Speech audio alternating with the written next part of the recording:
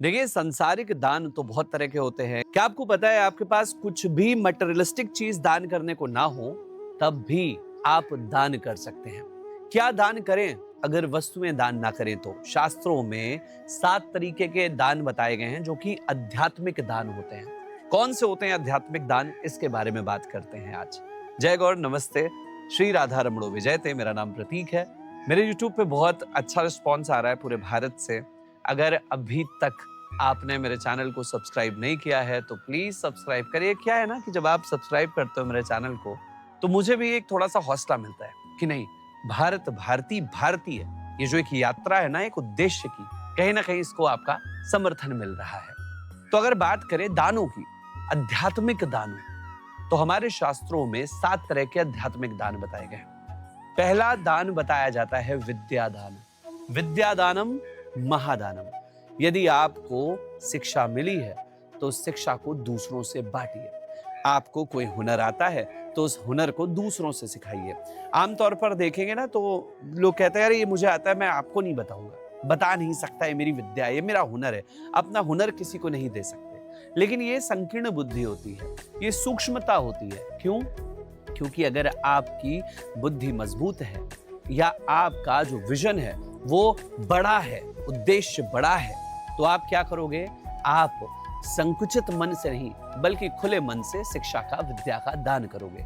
जैसे शिक्षक करते हैं, तो कभी भी देखिए जो शिक्षक प्रोफेसर्स होते हैं ना, वो कितना ज्यादा चमकते रहते हैं। दूसरा दान होता है शक्ति का दान। यदि आपको भगवान ने शक्त किया है, सशक्त बनाया है, शारीरिक शक्ति दी है, बौद्धिक शक्ति दी है, मानसिक शक्ति दी है, प्रशासनिक शक्ति दी है, तो उसका प्रयोग करिए आप दूसरों की मदद करने में, दूसरों की रक्षा करने में। तो जैसे जो आर्मी में बैठे हुए लोग हैं ना, शक्ति का इस्तेमाल करते हैं और यहाँ पर बैठे हुए लोगों की रक्षा कर रहे हैं, तो ये दूसरा एक आध्यात्मिक दान होता है। उसके बाद तीसरे नंबर पर एक दान होता है अभय का दान। अभय दान क्या होता है? अभय दान, यदि कोई भी व्यक्ति डरा हुआ है तो उसको आप निर्भय करिए, उस व्यक्ति के डर को आप खत्म करिए। ये दान होता है अभय का दान। बहुत सारे ऐसे लोग होते हैं ना जो देखा जाए कि कानून के माध्यम से डरे हुए, भयभीत लोगों की रक्षा करते हैं। तो ये भी एक जो दान है, ये भी एक आध्यात्मिक दान है। चौथा आध्यात्मिक दान होता है मन का दान। आप अपने मन को, अपनी आत्मा को जीव सेवा में समर्पित कर लीजिए। बहुत सारे लोग ऐसे होते हैं ना जो सेवा भाव से लोगों की सेवा करते हैं, अपने मन को एक उद्देश्य के प्रति समर्पित कर लेते हैं। कोई पर्यावरण के प्रति समर्पित कर लेता है मन को, कोई जीवों के प्रति मन को समर्पित कर लेता है। तो ये जो दान होता है ना, ये मन का दान होता है। इस मन के दान को भी आध्यात्मिक दान की श्रेणी में रखा गया। उसके बाद 5वां दान होता है ज्ञान दान। आपको किसी चीज का ज्ञान है, चाहे वो कोई श्लोक हो, वो कोई कहानी हो, वो ज्ञान का जो दान है, जो मैं आपको कर रहा हूं, ये ज्ञान दान होता है। ये भी 5वें नंबर पे एक आध्यात्मिक दान के रूप में देखा जाता है।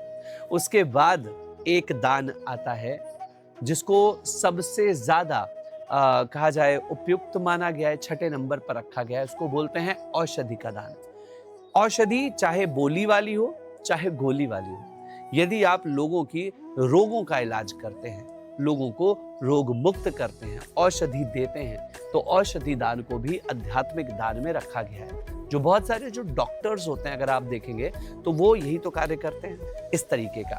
7वां और अंतिम दान होता है समय का दान। अगर आप किसी व्यक्ति को अपने समय का दान कर रहे हैं, उसको समय दे रहे हैं, उसे वक्त दे रहे हैं, और वो वक्त किसी ना किसी की सत्संगति में लग रहा है, तो ये समय का दान भी एक आध्यात्मिक दान होता है।